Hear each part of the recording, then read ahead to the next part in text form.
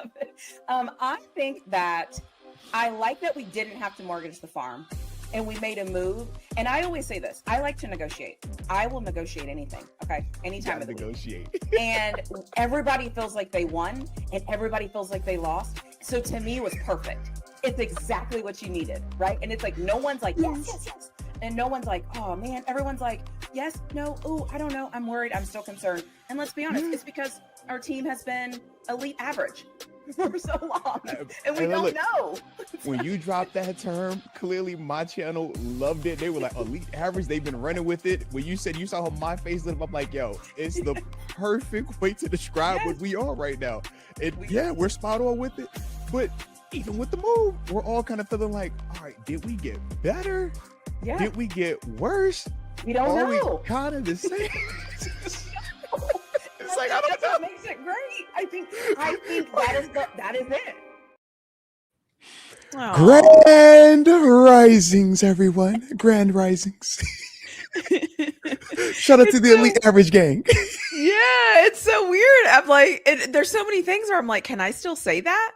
Because for so long, all of my sayings were like, because anyways, this is so weird. But anyways, how are you? Yeah, man, it's a great day to have a great day. It's freezing cold in Pittsburgh, just the way I like it. On a day like today, it's hot now. It's got up to 14. Oh. We were sitting at about 7.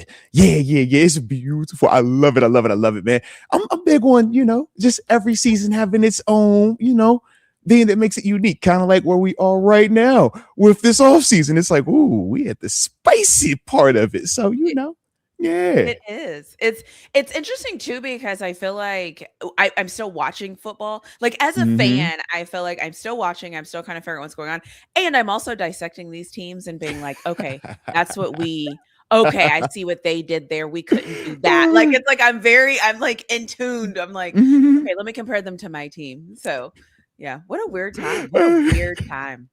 I like it. It's like you're still like locked in too. She said, yo, I'll watch it. I'm like, yo, what do they have that we don't have? It's a problem. The only time I'm not locked in is in probably June, July, August. I'm probably not locked in yet because I'm just kind of like, I don't really know. Like, I need to see it. They're practicing, maybe somebody might get hurt. But yeah, right now I'm still like, okay, yep, let me write that one down. Ooh, okay, I noticed that. Interesting. I can't help it. Anyway, shout out to you and your glasses on this morning. Come on, man. Look, I heard you was wearing glasses, so I was like, I'm gonna go with the glasses too. All right. Shout out to it feels real studious all of a sudden. You feel smart. I love it. Also, the other thing is everybody in the chat. Okay, this is what we are here for. Okay, there's going to be something that will play very soon, and just sit back and just enjoy yourselves because for the second straight week, maybe even the third straight week, I get to see the best promo on you like this. The absolute best promo. Okay. The best. So I'm just warning everybody as you're kind of getting in, hitting that like on our channels, doing all of those things. I'm just telling you that you might see the best promo on YouTube coming very, very soon. Stay tuned. I'm just glad that it's at the beginning of the show where we're still everybody just getting warmed up, So we're kind of like, oh man, we're easing into this thing, and then it's just like, oh, something pops up on the screen, and what do you already know? Today's show is sponsored by DraftKings Sportsbook. It's the top-rated sports booking app in all of North America. Listen, we talking about them being safe, secure, and reliable, which is my personal favorite, right? But we know, man, we getting down to the end of the NFL season. Holy smokes, only a couple of games left. And you might want to get, some action, some money line, some parlays. Maybe you feel like you can, pick this and that a little bit better than others. Well, DraftKings allows you. They give you multiple opportunities to dabble in that. But at the same time, if I'm going to talk about them, I'm talking about them for a reason, baby. And that's because I got a promo code for you. For my new customers out there. You make that first bet $5. If that bet hits, you get $300 in bonus bets, but only if you use the promo code Moats. It's really important, as you can tell. But at the same time, I get it, man.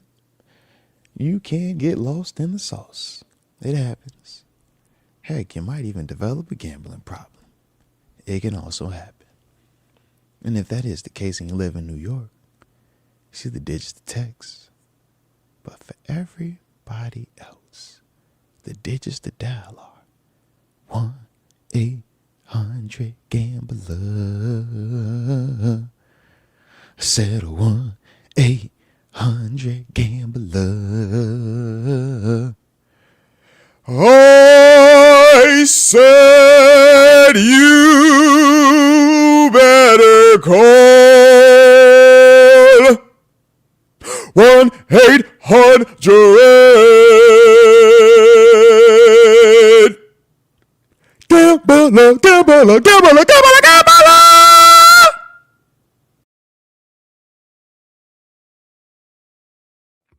And now we're back. Everything is good. Everything is fine. Don't you be no, we're not gonna do any of this. We're just here. Everybody it's a good day today. It's a great day to have a great day. I'm so happy that y'all are all here today. Make sure you hit the like button on both channels, subscribe on both channels, notification bell on both of these as well. Shout out to everyone wearing glasses. It's just a beautiful. How's the weather down there where you're located, everything? Is everything good, right? My cheeks hurt. That's so funny. We're just going.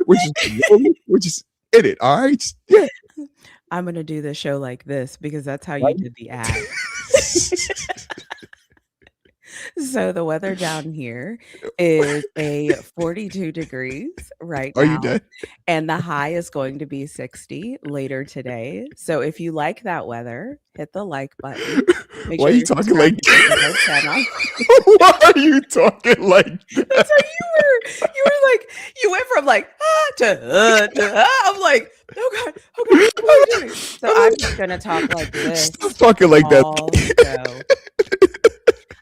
Don't do that. I have to talk like this because people don't like it when we have fun on the show. Yeah. They don't like it when we laugh. So if I talk like this, maybe they won't accuse me of doing anything. They'll just be like, she was just talking normally. She wasn't laughing. Okay. We don't talk like that on this show. We don't talk like that. All right, you got to stop. We don't do this. Okay. We do not talk like that on this show. Okay.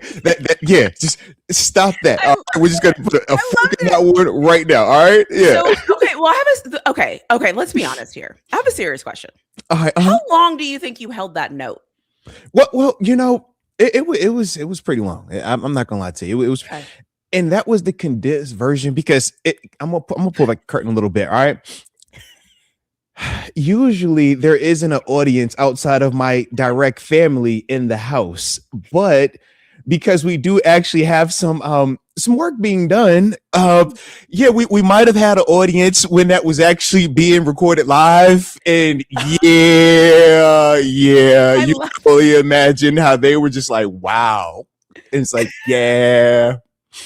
Yo, like, what was that for? Yeah. It was like, yo, we know you about the, because that's the other thing. Like the work said, hey man, what time you recording there? And I'm that'll make sure we in and out. I'm like, yep. But I got to do this one thing just ahead of time. Just don't mind me. All right, guys. Try to give them the heads up. And yeah. So I held it long, but I definitely condensed it just a little because it was like, they're like right there. Like, hey guys. It's got to be a little awkward. Okay, sorry. I'm talking too loud. I gotta talk like this the whole show. Lord, here she goes. Where did I do it? I love that. That was so good. And it just makes me happy. If you're watching this and you're not happy after listening to that, what is wrong with you? You gotta cheer up. Like life is supposed to be fun and lived and happy. So also before I finish the show. I mean, it is a beautiful day to have a beautiful day. Let's go now. Yeah. What if I just talk like this? Then I'm probably still going to be accused of something because God help us all. I do want to say something. Now.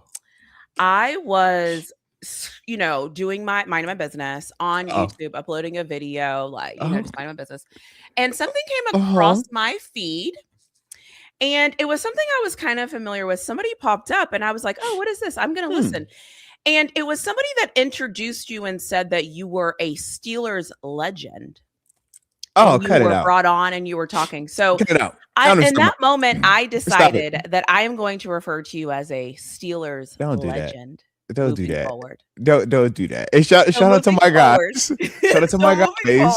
But no. What a great segment that was. Okay, YouTube was like, "Girl, you gotta see this." Okay, you gotta see this. So after I watched it, I was like, "A Steelers legend? Am I in the presence of a Steelers legend?" Can we talk?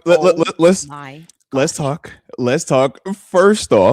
First off, definitely not Steelers legend. All right. Secondly, shout out to my guy. That's the homie Wes, right? My guys Wes and Matt, man, doing an awesome job over there, man. Steelers Nation Radio. That was my guys. But man, they just say that because they know me. All right. It's kind of like when it's like, legend. Yo, this like this when it's your brother and they like, yo, he the man. It's because this is relation. Like I've known them. Like me and my guys, we got history. We pre-pandemic boys. You feel me? Like when I first when I first was rehabbing the leg and I was still getting Arizona Cardinals checks while still working in the black and gold. That was my guy. All right. Okay. So we got history. So he's gonna make it sound way nicer than what it actually is. He really could have just been like, man, I got some dude named Arthur on with me. I mean, his name is Arthur, like Arthur, Arthur, and everybody like, oh, I heard that guy before, and that'd have been fine. Not this whole legend stuff. Yeah. Chat, if you have a second, just type Steelers legend in the comment section so that we all know that we are in presence of a Steelers legend. No. And David Decker, don't start that, David Decker. I don't need you to say that I'm a legend. It's not in any capacity, okay? I'm just a guy that streams with TaNeisha, okay? That's what I am. Honored. I'm a guy that streams with TaNeisha. I stream with my friends. I stream with people. That's all I do, okay? That's literally all I do, all right? Even though it is funny, though. It is funny when my YouTube world does cross over, though. TaNeisha, in the midst of me grieving this weekend because, I couldn't escape just the reoccurring thing of, all right, my team loses and then my coach is no longer my coach anymore, right? So in the midst of me trying to grieve that, I'm going to a speaking engagement. And as I'm walking in, I'm in my serious mode, right? You got like your serious mode and then you got like your chill mode. I'm locked in. I'm on go time. And literally a guy, he's like, hey, I watch you on YouTube. And I'm like, hang up. And I completely lost. I'm like, it's like, I lost something out there, man. he says it right before I'm about to walk on stage. He's like, yo, I watch on YouTube. You, man. I know I'm supposed to be serious right now, but I'm gonna give you some doubt just because you if you with the YouTube gang, like you really rock with me. You know how it is to this shit. It's like it really is. So that part was funny, man. But other than that, I'm like, yo, I'm not a legend anyway. I'm just a guy. But for sure, that guy was like, yo, hey man, shout out to you, man. That's awesome. And shout out to you if you're watching him right now on YouTube. Oh, shout out. Also true. Yeah. Made an impression. Amazing. Absolutely. It is weird. It's so weird. Like when I pop up on somebody's feed, like randomly, like somebody that like knows me from high school or whatever. Yeah. And they'll be like, is this you? I'm like, can you mind your business? Like, what do you mean is it me? Like, leave me alone. It's always weird. But anyways, I see a Steelers legend in the chat. So I know that's right. Let's see. Not over here. Oh, there we go. Jared, he says James. That's my Steelers for life right there. All right. Debo, that's a legend. All right. I don't even know if he's talking about James. I just see the name. I said, you know what? There we go. Legendary. I'm gonna roll with that one right there. Boom. Steelers legend Arthur Moats. My gosh. I cannot believe how I've gotten so lucky in life. Woo, it's gotten really interesting. Funny. So you're funny. Are you finished? Thank you for graciously allowing me into your presence. Oh my Steelers gosh. legend. Are you done? Very much appreciate I just hope that you're done. Are you done?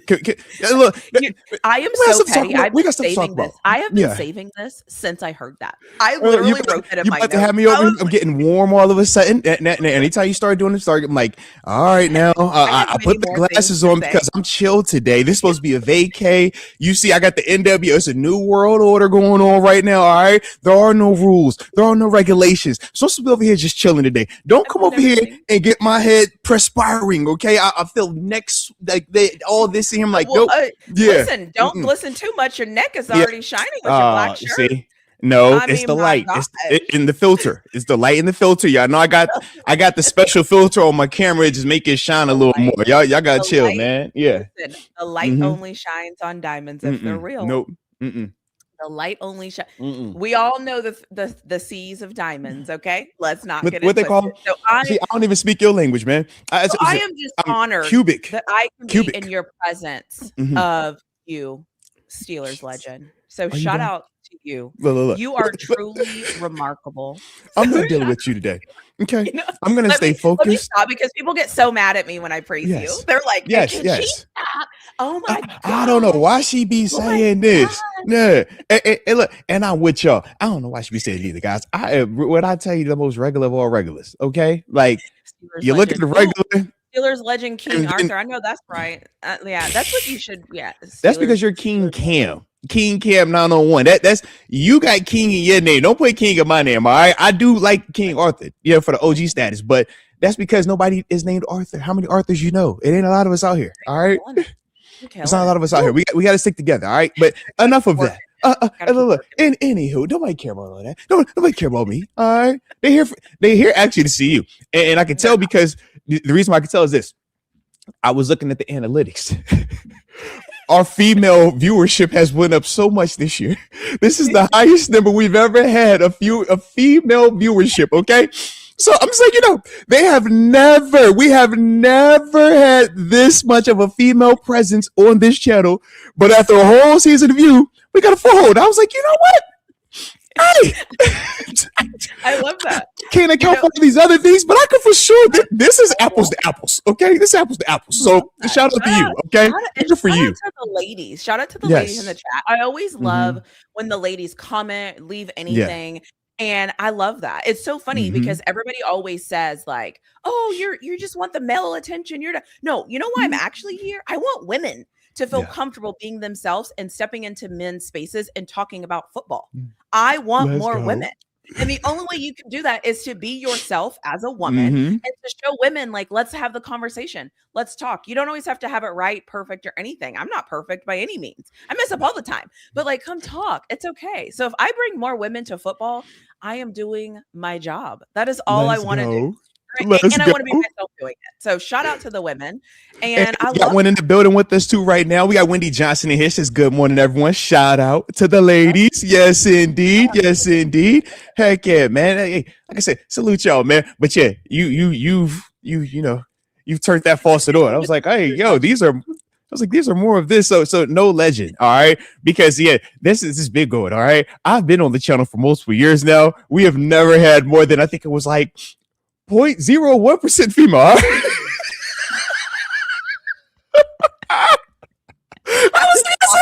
I say, where did we get this chunk of female? Like, where did that come from? Like, wow. So, this is TaNeisha. This is TaNeisha. Yeah. Well, look, I think that's great. Let me tell you the opposite of that. So, in my channel, when I started my channel was the same. It was like 99% men. I was like, okay, I need the women, and I think slowly, literally slowly, the women are kind of like, okay, she's kind of cool. And now I'm like, all right, we're moving the needle. And I love that. And the women are usually the silent watchers. They're usually not going to say anything in the comment section. They're usually just trying to learn and understand what's going on. So anytime I see a new lady pop up, I'm like, hey girl, like I see you. Salute you. Absolutely. I see you. I love it. Shout out to the women that are, just doing their thing. Absolutely. So yes, indeed. Here, welcome. I'm happy that you're here. Yes, indeed. Oh, and we got some more pulling up in here, man. Got Yolanda in the building. Says good morning. Shout out to you. Absolutely. Absolutely. Yeah, I like that. See, and I even like when my guys in here also showing love to the ladies. King Kim. Shout out to the Steelers ladies. You better believe it. Just learning. Shout out to the babes. Absolutely, man. Come on, man. That's why Steelers Nation is awesome. All right. Shout out to the ladies, man. I love it. But let's get it. Miss PhD. See, this is the TaNeisha effect, guys. Y'all thought I was playing. Y'all be thinking I'm playing, man. I ain't playing at all. Oh, and we got a super chat that just pulled up on us, man. Shout out to the homie Tita with the good vibes, man. Just you know what I'm saying? And the Texas guy as well, man. Shout out to Moats, Dr. T. I like when he says Dr. T. I really appreciate it. They call me that here. I love it. I usually just don't. I've never made anybody call me that. So yo. See, you're a nice person. If I ever had a PhD, you call me doctor. I am Doctor. From here on, Doctor. Okay, you want Dr. Arthur or Dr. Arthur Moats? Okay, just either it's Doctor. Okay, just have the Dr. 55, Dr. 5, whoever it's Doctor. All right, that's who you'll be addressing me. I prefer people think that I'm just like an idiot. Like I love it when people like think that I'm like slow or an idiot or whatever. Sometimes, don't get me wrong. Sometimes when I'm being petty, somebody will call me something, and I'm like, no, it's Dr. TaNeisha. Actually, if you have something to say to me, you approach me correctly. Yes. But most times I'm just like, it's cool. It's like my ace in the hole. I like that. I like it. So Tito says, keep up the great work. Okay. I got to go back to work. LOL. Hey, now I salute you, man. Punch that clock. Make that money. Don't let it make you. You already know. You already know. We're just as good on playback. Oh, absolutely. Absolutely. Let's go. But yeah. So shoot, man, it was a game last night. We could talk about it. We've had some new coaches being interviewed, added to the list. We have coaches taking jobs all of a sudden as well. We're starting to have conversations about which job is the most exciting or the one that more people would want to have as a head coach. I mean, it's a lot of ways we can go with this thing. So in the true, sense of being a gentleman, ladies' choice, where would you like to go first? Let's start with last night. I think last night. That's what she said. Last night, yeah.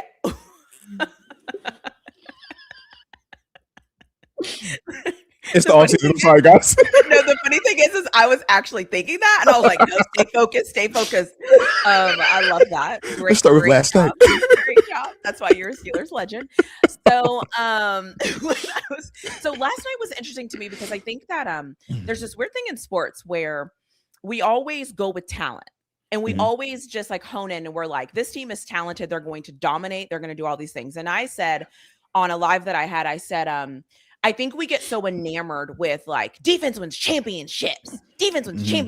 And that's true. It's not that it's not true. It's just there's so many other things that have to go right that we often forget that allows the defense to win championships. And I think Indiana is that because they're just sound. They just do everything right. It's like the one time they didn't do everything right, 57-yard or like run breaks out because I felt like the guy got sucked in. But my point is like watching them play football. If you ever wanted to know what it's supposed to look like, the grind, the stay consistent, it doesn't have to be pretty, but you just have to keep going. Even when you're not running the ball amazingly well, you're effective. The goal is effective and efficient. It's not pretty. And Indiana did that all season. And seeing them do it last night, I was like, this is peak football. But everybody's so worried about Miami's talent. And they are talented. I'll give them that. But it was just like great football to watch Indiana just methodically, quarter after quarter, just do the little, when you need to make a play. When it's not there, though, just tackle. And it's like, it's so basic. I loved it. I loved every second of it. I was literally watching the game like this. I was tuned in. I loved it. And I know a lot of people are like, that was so boring. I'm like, then you don't understand football. It was beautiful. I loved it. What do you think? I mean, I'm with you. I'm always, interested to just hear people's perception on it because to me, I look at the offense, I look at the game, and what's different between that and when you literally watch, I hate to say it, the Steelers game. It's like, it's either going to run the football, go play action. I'm going to throw this back shoulder. It's not the most robust. It's simple, but if you have the fundamentals, but the big difference is this. The talent from Miami is more of a youthful side. The talent from Indiana is more veteran. So when we take it to NFL terms, a veteran free agent versus a young talented rookie or a young talented first, second year player. And that's what you're watching. So you can see the youth, the explosive talent from Miami make it close because realistically, you hadn't seen Indiana have a close game outside of Penn State, right? Other than that, they were pretty much beating teams convincingly. Last night, they legit could have lost, right? It's Carson Beck obviously making a play. He's trying to be aggressive, underthrows it a little bit. Now you got to pick. But that very well could have been a touchdown. And we're like, hey, bro, it's a way different conversation surrounding Indiana. But when you're veteran, when you are more of the disciplined side, you're not highly penalized. You don't turn it over a lot. That's why they're able to do what they do. And most teams outside of Miami last night usually make more mistakes. Usually they're not able to stick with them. So that part for me, I liked it because it makes more of a pro game. But it was also my true core belief when we're building rosters, I prefer veterans. I prefer the guys that have been there and done that versus, man, I'm so excited because he has all of these intangibles and it's like, but he hasn't put it together just yet. Yeah, that's fair. And we do that every year with the draft. We're going to do it this year in the draft. We do it even with our own players that we draft. We're going to talk. I mean, we've talked about Will Howard to the point that he's a first ballot Hall of Famer and he hasn't even taken an NFL snap in game. Not even in the preseason. Not even in the preseason, right? But he's already, man, that's the guy, right? So for me, when I look at it, it's just like, I like veteran. I'm a veteran dude, man. I prefer the veteran mindset over a lot of youth until the youth proves that it is ready to be in that position. And I think that that's one of the things that, you know, we're going to see as we continue to have our roster, you know, develop throughout the offseason and stuff like that. But that was my big takeaway, man, watching Indiana last night, man. It's just, they look like vets, man. Can you explain to me or tell me, like, since you're a Steelers legend? Why are you done? What do you gotta keep doing? See, and this is the thing too. I'm gonna go off the rail. You're the only person that does this, man. I'm trying to tell you, TG don't do this, Mark don't do this, Tyler don't do this, Dom don't do this, Dave don't do this. Nobody did. The chat don't even do this. You get a piece like, you still legend. You still legend. Hey, still legend. You got 60.5 sacks. You know, I'm like, yo, why you gotta do this? Why you want people to be like that? No, people be you all the way to do this. I'm just trying to understand what's going on. Why is it me? There's something that they don't have that I have. Okay. So it makes me a little bit different because there's, you know, some things I have that they don't. I'm just saying. But so as a Steelers legend, can you explain to me, I guess in football mentality terms, what is the difference between the mindset of a young guy and when you're no longer that young guy? Like, what is that transition? Yeah. What does that mentally feel like? Well, shoot, that's when you hear people talk about the game slowing down. Case in point, you hear Mahomes, I think it was after his second year, it was right after they won the Super Bowl or went to the Super Bowl, and he said, man, I've been playing, but I don't even know what coverages I'm seeing. I don't even know how to read coverages just yet. But because he was so gifted, so talented, he was able to overcome his lack of understanding coverages. Then once it hit that he could finally understand and dissect it, we all saw him take another leap. It was like, you already knew you was nice, but then you started to ascend to like this, like God level, Tom Brady-esque, right? Where it's like, it doesn't matter what you do. He is never confused. And then the one time that he might be confused, he has this God-given ability to bail him out. That's, you know, the part when you're starting to see, okay, he's starting to understand it. It's starting to slow down for him. Me personally, I felt it probably my third year. You know, you go from no. Probably my second year was when I started to like turn that page of mentally understand it. But for sure, third year, it was slowed down. And the thing is this, it's like, you're a young player. It's heavy based on athleticism. And that's why most dudes last 1 to 2 years. As long as you're healthy, man, I'm fast enough. I can make up for my mistakes. I hit hard enough, man. Even though my eyes are bad and I went the wrong way, I'm still good enough to make that play. First 2 years, you can get away with that. By year 3, it's like, yo, man, you're slowing down a little bit, right? Or, man, guys are starting to catch up to you a little bit. Or we're seeing the same mistakes happen, and now it's so much tape on you that now we just know, man, if I show him this, he's going to do this every single time. And he hasn't evolved. And that's what you heard people say, man, you got to find new issues. You can't keep having the same mistakes. Don't want to be a repeat offender. So for me, man, once you slow it down, though, when you start to actually identify pre-snap, man, I'm not worried about my assignment anymore. I'm more so dissecting what can they do to attack me. That's the next level. That's when you're starting to think like a coach. But so most dudes, it's more proactive. It's more instead of worrying about what I have to do, I know my job. Now I know what everybody around me's job is, and I know how this offense should attack me. If they're smart, they're gonna come here. If they are reckless, they're gonna do this. So and you and now you're playing the percentages, you're playing the odds, and that's why if you see a veteran that gets to that level of it, it's hard to fool them. Yeah, it's hard whether you talking play action, pass, because like, man, all right, I don't care about that running back other when I'm looking at these offensive linemen not gaining any ground. You see, like, it's those type of things. We'll call it elephants on parade because they literally look like elephants just going in a straight line. It's like nobody's getting ground. It's like, hey, but you have to see it over and over. It's the repetition over and over. It's the feel. So now I know, okay, if I step right here and nobody gains ground, man, put a foot in the ground, turn around because they're getting the deep over. That's what they're hunting on this play if they're smart. That's the route. So once again, just the veteran part of it. And it doesn't matter if, I haven't played in 7 years now, right? But we can go talk to a guy that hasn't played in 15 years. Legend. And stop it. And they're still the same concepts, because with football, it's only so many things you can do. It's like, you got the forward pass, you got the run. It's like, all right, you got the A gap, B gap, C gap. It's no other guy. Like, we're not getting over it. It's like, okay, how can I create this matchup? That's what you hear NFL people talk about, matchups. So we're trying to build formation, just create a matchup. But there's nothing, if you watch it and you study it to that point, you should never get fooled. It isn't enough to fool you.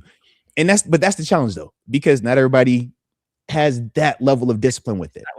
Yeah. And I think, I always try to take football and like apply it to life situations to like make it make sense in my brain, because I'm not a Steelers legend and I haven't ever played in the NFL and I don't have 16. You're just a doctor. I don't have 16.5 sacks. I've never played for 3 different teams. I've never been inside of the locker room or anything like that. So for me, it's like understanding the mindset, because even as a football watcher, sometimes I think, even like the game last night, 10 years ago, I wouldn't have appreciated the game last night like I did, because it was like I needed to realize, first of all, how hard it is. And I needed to realize like how I'm a college fan, I'm a college football fan, and I'm also an NFL fan. So I see the different games. Like, for example, last night when I was watching the college players play, I was anxious because for me, I feel like this is going to sound whatever. I'm a woman, excuse me for this, but they're like babies to me. Like they're they're just starting their real journey of this, right? Like, and let's be real. All of those guys aren't going pro. For all of those guys, that is the pinnacle of what they will ever do in football, period. It is what it is. Tomorrow, they're going to go get an amazing job. Kudos to those guys. So I get nervous for them because I'm like, do they know? Like, are they ready? You right? It's like, do they know how big of a deal this is? Versus when I'm watching the NFL teams, I'm like, all right, y'all got this. What the hell was that? Like it's a little bit like 87 missed that block. I caught myself like when the punt got blocked. I caught myself being like, oh man, because it was like, was he ready? But in the NFL, I'm like, bruh. But can I ask you a question? Yeah, go ahead. We know the big thing with NFL is the compensation. That no longer is the disparity when we talking collegiately. And that was part of why that has been the sentiment. Man, that quarterback is making more. It makes. You feel me? Like, true. When we started to look at it, and I know that was part of my issue with it, because now when I watch, I'm like, I do still expect a certain level of, because you're getting compensated now. Well, this is where it gets tricky. I agree with you. They are getting compensated now, so the expectation and not just compensated. It's nice compensation. No, I agree. Extremely nice. A child star that is 5 years old that is making millions is still not expected to act like an adult, because they're still a child star. And I think some of these kids just as old. I agree with you, but I don't think that the meticulousness that is spent is the same as the NFL. Like, I feel like the NFL is going through it tooth and nail repeatedly, every hour, every day. Yes. Nothing else. This is the lifestyle. This is the moment. Coaches included. I feel like in college they do, but I just feel like there's always holes. It's not the same level. Yeah, it's not the same level. That's why Indiana is so impressive to me, because I feel like they're looking at all this team. Like, if you look at that team, you could, if somebody said spot out the weakness, you'd go, well, let me think about it for a minute. Well, and that's rare. but I feel like, but it's also the maturity of the team. I agree with that. Yeah. Yeah. And I also heard a press conference where on Mendoza's fourth and 5, the coach from Miami said after the game, I wish I knew that was coming. I should have called a timeout. What the fuck do you mean? That they call a timeout? Like, what do we do? Like, and so it's like, I feel like and college athletes are getting paid a ton of money. They are getting paid a ton of money. The basics, they should do correct. I agree with that. I still think, though, at some point, some of these guys are being overpaid. Some of the guys that shouldn't be making money are making money, but it's fine, whatever. And I feel like that's impacting the game, because although their expectations are rising, that doesn't mean your talent is ever going to meet that expectation. No, and in fact, it's worse, because now Whereas in the past, you weren't chasing the dollar, you were chasing development and opportunities. Now guys are chasing the money versus situations. So when they get to the league, they struggle. And it is what it is. You can't tell the person to not chase the money if that's what they, truly desire. But there are going to be, pros and cons to that.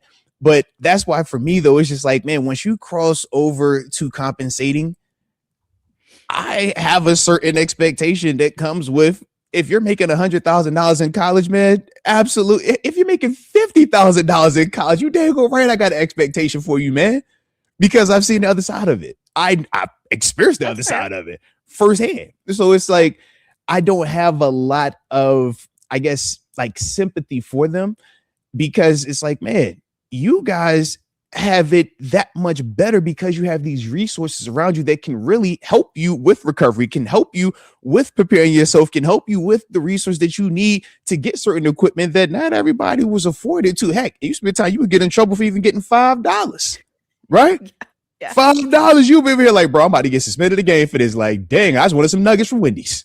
Like, so once again, when I'm hearing this, it's like, that kid about to go back to the car that was given to him from the university as part of the deal.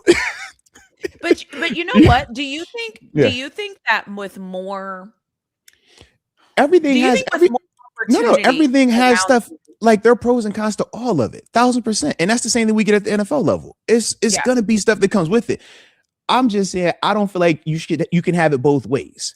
If you want to be viewed as an amateur, if you want to be viewed as a adolescent, if you want to be viewed as a kid, we'll stay in the kiddie lane. When you start getting these checks, these 6 figures, these 7 figures in certain cases, it's like, yo, bro, I don't want to hear none of that, man. You sign that, you know what comes with that money, man. With money comes expectations. You got to live up to it, right, wrong, and indifferent. And if you can't handle it, well, then don't step into the arena. But when you've been in that arena, you know what that feels like. You know the pressure that comes with it. And you don't get to just love the good side of it. When you make the play and everybody's cheering for you, you drive off in that fire car, you go to that apartment that's already paid for you. It's cool then. But now when you struggle, man, he's a kid. But I ain't trying to hear none of that, man. But again, we don't even know. So, and that's the other part. But what we do know is this: when we hear Mark Cuban say that, man, I'm going to make sure that Indiana is compensated enough in terms of their NIL, and you're watching him on the sideline, it ain't hard to put 1 to 2. We already know what the U got in trouble for before this was even legal. So you mean to tell me now that it's legal, Carson Beck just happened to pop up down there? He just happened to pop up with the fire whip. He just happened to pop up with the beach front with the. I'm like, okay. But my issue is this. I think that the guys are getting compensated. No one's going to argue that the guys are getting compensated, right? No one's got it. But what about the guy that nobody knows? This is Miami. No. But TaNeisha, this is Miami. It's like, if we're talking to SEC, a Big Ten, it's like, these aren't the MAC schools that we're trying to draw that conclusion. Even at James Madison, the lowest dude on the roster is still coming with a vehicle and still getting paid. Okay. Like, at least 20,000. I don't let's be real here for a second. You feel like my association. Okay, my association is the University of Texas, right? Like that's my association. Like that's what is Texas talking about? Right, but my thing is, I know all of that. I know how they run the program. Shout out the Ryan Watts. You've told me before that everybody is not. Well, I think you've said that offline. Everybody is not the University of Texas. Like, correct. Let's temper our expectations. So but when we're talking Miami, though, like, they up there. And you know what? I will be honest with you. I think too, it's because I don't know. I'm a little bit. I always just falter to the side of, well, maybe not. But like, if I knew in the front of like in the NFL, if I knew, 750, bruh, throw the block. What the F? Like, but it's like I don't know. Yeah, so it's like fair. So, and that's my frustration with college football. It's like if you're gonna pay them, but let everybody should know. Why is it a secret? Because they're trying to play the game of you're an amateur, you're a kid, so you don't need this. But I'm paying this kid hefty money, and it's like, no, man, you don't get both. I'm gonna get on my soapbox just for a sec. That's the argument we would even have with actors, right? We'd be like, yo, as an NFL player, you got all our contracts, everything is out. So if we like this, don't like this, everything is just on Front Street. You could be an actor, you don't want to do this movie because they ain't paying you enough, and you're gonna hold out in the middle of production. Nobody complains. We haven't heard nobody holler about Denzel Washington, Wesley Snipes, Bruce Willis, any of these dudes, right? You think they got that type of money by just showing up and saying yes every single time? Come on now. But once again, because it's behind closed doors, it's not out in front of everyone, and that's why the athletes, we get the harshness of it. And no different when the owners are like, yo, if you just think about the pay structure and how the power dynamic works, you'd be like, yo, who in their right mind would ever point to the employees, the workers, as the issue? But that's the model, right? Because hey, this guy's behind the scenes, so if this is the front person, that's the guy that's gonna get the blunt of it. So we get it. And it's not right. It's not always fair. But when I look at the collegiate stuff, it's like, man, y'all trying to play that game with these kids, and they're not kids anymore if you're doing this. Once y'all crossed over to this, they are no longer kids, man. I get the whole age part, but they're not kids. So why are we trying to treat them like that in certain situations? But then we're going to gamble legally. We could legally went on DraftKings last night and put $1 million on Miami to win. And if Miami would have lost that day, I could go down and be like, bro, you lost me $1 million. I'm hot with you. No, that ain't to be. I'm like, yo, you can't have it both ways, man. It's either they're kids or they're pros. Oh man, they're pros right now, man. Yeah, pros. I'll be honest. I go back and forth. Like it's funny. This is the multiple things can be true. You're 100% absolutely. right. And nothing you're saying is not wrong. It is 100% right. And still, because there's this level of secrecy, it's kind of like, you know, if you ask me a specific question about a specific person, like if you said something about like an arch meaning specifically, I can give you a response. But if you just said college kids in a whole, I'm like, oh, yes, no, I don't really know. So, and then I think also, and not to knock on any of these other universities, but then also there's the Arizonas and the, you know, Arizona States and West Virginia. I'm not like, that's not a knock at any schools. I'm just saying every school is not created equally. So then it rises. It's another question because now it's like, well, this school is doing this, but you're not. And you're like, but we're like we're UConn. Like we're UConn in football, right? Because UConn's really good at other things. But we're like UConn in women's basketball, right? Compared to UConn in football. You're like, bro, how are y'all at the same university right now? This isn't even this is night and day. Yeah. Y'all like a mini WNBA team over here, and y'all are just like, are y'all still D1? Y'all want to go FCS for a little bit, man? Just re-up. Like it's crazy, weird. Man. So that's what, I understand. It's chaotic. It's crazy. But hey, shout out to Indiana for winning. And what a great game. What a great representation of football and just doing the little things correct. Because sometimes we don't talk about the little things. We talk about the big things. I like the little things. No, it matters. Like you said, man, tackling, those are fundamentals, right? Just the simple blocking, making a simple catch, like routine plays. And that's what we talk about. It's like, I mean, that was one of the things that my favorite coach would always say, man, Coach Tomlin, do the routine things routinely. You don't have to be, focusing on this extraordinary play. It's like, no, dude, if you do all this routine stuff over and over and over and over and over, eventually one of those things are going to turn into that. But you can't chase that and neglect all of this, because then none of this is ever going to give you that chance. And that's the whole argument when we talk about regular season versus postseason and Super Bowl. We will minimize regular season success for the sake of a Super Bowl argument. But it's like, man, if all you focus on is that and you neglect all of this, you never reach your goal. You will never get there. It will not happen, man. And that's just life. It's like, we can't, it's not a shortcut. Everybody wants a shortcut. You know that. How fast can we get there, man? Yeah. But, here we are. Faster is not always better. I'm just saying. Come on now. You see what I'm saying? Yeah. But people swear by it, though. They swear by it. Anyway. It's crazy. It is what it is. Shout out to them college kids, though, man. That's indeed. So Mendoza's still the guy? Mendoza taking one overall? Is that the consensus? What we talking right there? Just based off what you saw in the game.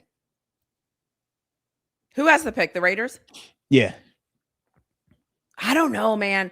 I'm so weird when it comes to drafting because I don't know. I don't know yet. I might want to play a different game because my thing is I need to look at the Raiders. Like, what else do they need? They need so much stuff.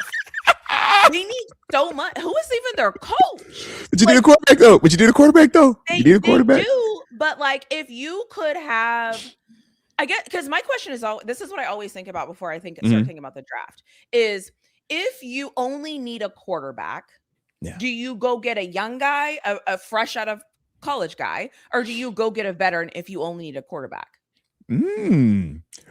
But now, are you worried about the price structure, though, of said veteran quarterback? Because let's see, the veteran quarterbacks last year, they got paid. Rodgers was the cheapest of the group, right? But we know Sam Darnold. They just paid which got last year, didn't they? Gino, but was it they 2 years? Yeah, but I want to say they can get out, or they can still move on. I want to say this year with that deal. Okay. Well, F it. Roll the dice. Who's the coach?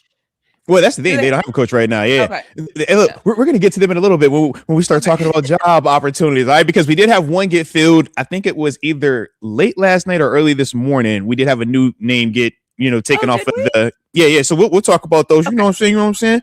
But yeah, I mean, unless you want to start right there right now, we can, if you want, we can talk some of these job. All right. Hey, Steelers legend. Let's start. Oh my gosh. Are you finished? I need to go into my quiet voice so nobody thinks that I'm saying anything that's inappropriate, because for some reason in the chat, why are y'all so triggered by me? Why can I not just have a normal conversation, have fun, and laugh? Why are y'all so triggered? Let me know in the comment section below after you hit that like button and subscribe to both of our channels. Why are you so triggered by me? Why are you so triggered? Please let me know. Hey, thank you. Next, on to you, Steelers legend. It's the new microphone. The new microphone got these people in here all messed up, hot and bothered in the morning time. Yeah, every once in a while, y'all got to roll over and do it in the morning. All right, man. Just please relieve that tension in the morning. Okay, just get it out yourself. Get it out your system. Relieve it. All right, everybody will appreciate it. There's nothing wrong with getting it quick and fast and in a hurry. Let's go. So, updating on the jobs, right? Or excuse me, in terms of the jobs, because we know, like I said, we're in the hunt for a head coach along with some others. But as it currently stands right now, man, I'm going to read off the jobs that are open, the jobs that have been recently taken, and some of the guys that we are interviewing. Just update that list. So we know Steelers, obviously, we don't have a head guy. We're still looking. Buffalo Bills, they recently got onto the to the train of looking for head coaches as well. Baltimore Ravens are still open and available. Cleveland Browns still open and available for business. The Arizona Cardinals open, available for business, and the Las Vegas Raiders are open and available for business. Now we have currently 4 jobs that have been taken off the market. 3 jobs that have been taken off the market. We know John Harbaugh went with the Giants. That's done. We have Kevin Stefanski also going with the Atlanta Falcons. I was ready. There's 4 of these guys. Excuse me on that.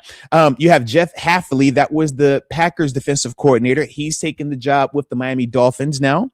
And then you have Robert Saleh, who was the 49ers defensive coordinator. He's now taking the job with the Tennessee Titans. So is he? Yes. So he's going to take that job with the Titans. All right. So those are the 4 that we have confirmed right now. Now, in terms of the clients or the potential head coaches that we've interviewed, as we said last time, man, we know Brian Flores, Nate Schillhouse. That's the pass game coordinator with the Rams that everybody is loving. Chris Shula, the Rams defensive coordinator. Anthony Weaver, we've interviewed him as well. That's the Miami Dolphins defensive coordinator. Jesse Minter, the Chargers defensive coordinator. We did interview Jeff Hafley before he took the job with Miami. So at least we're in head coach world with that one as well. We've also scheduled an interview with Ejiro Evero. He's the Panthers defensive coordinator. Clay Kubiak, the 49ers offensive coordinator. Mike McCarthy, we know that's the super OG Cowboys head coach, Packers head coach, Pittsburgh guy as well. But we do have 2 guys that we have confirmed second interviews with already. Who are they? Brian Flores, he's already had his second interview with us. It seems to be a hot name right now. And then Anthony Weaver, the Miami Dolphins defensive coordinator. So those are the 2 thus far that we've had second interviews with. And in terms of some internal housekeeping, we know all of our coaches have been, relinquished of their duties. They're able to go out there and talk to whoever. Arthur Smith, though, as we said last time, Titans and Cardinals interviewed him for the head coaching spot. But then more recently, the Chargers interviewed him for the offensive coordinator spot also. So he's also getting some buzz with that. But and then Eric Bieniemy just took the job to be Chiefs offensive coordinator again. So we got that. Yep. So shout out to him. And then I guess new names that been added to the available coaching market would be Sean McDermott. If we wanted to throw him in there, we haven't officially had any, interview requests or anything like that, but that's another name to put in that mix along with the Mike McDaniels of the world as well. Okay.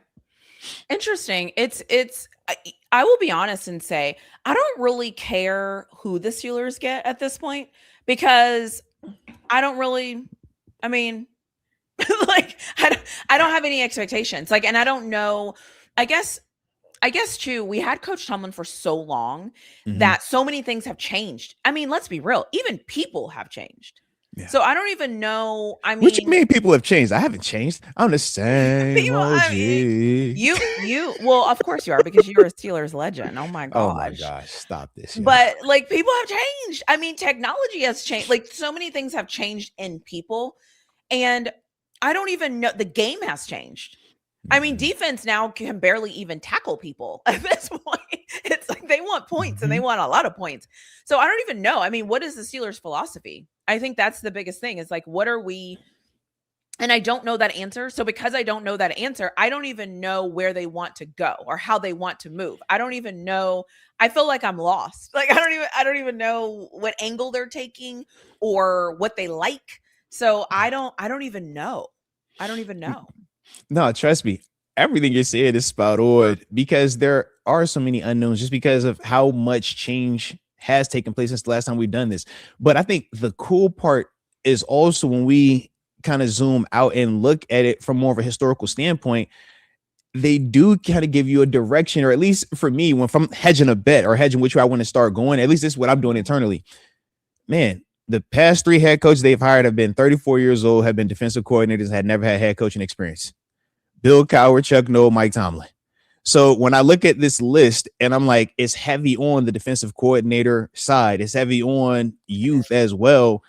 In my mind, I'm looking that way. And that was part of why when I saw Brian Flores get the second interview and then they scheduled Anthony Weaver, I'm like, okay, I see a lot of similarities there with, the previous 3 that we just talked about, just in terms of younger, defensive-minded guy that does feel like he can command the room. But I think the interesting part with Flores is he has prior head coach experience and he was also in the building for a season prior to this all going down. So that still kind of like throws a little bit of a wrench into it for me. But I'm just looking and I'm like, I feel like they still kind of want to go defense or they're still leaning that. I got to check. I want to say it's kind of funny. Shout out to Google. That was available when Coach 44 Tomlin years old, man.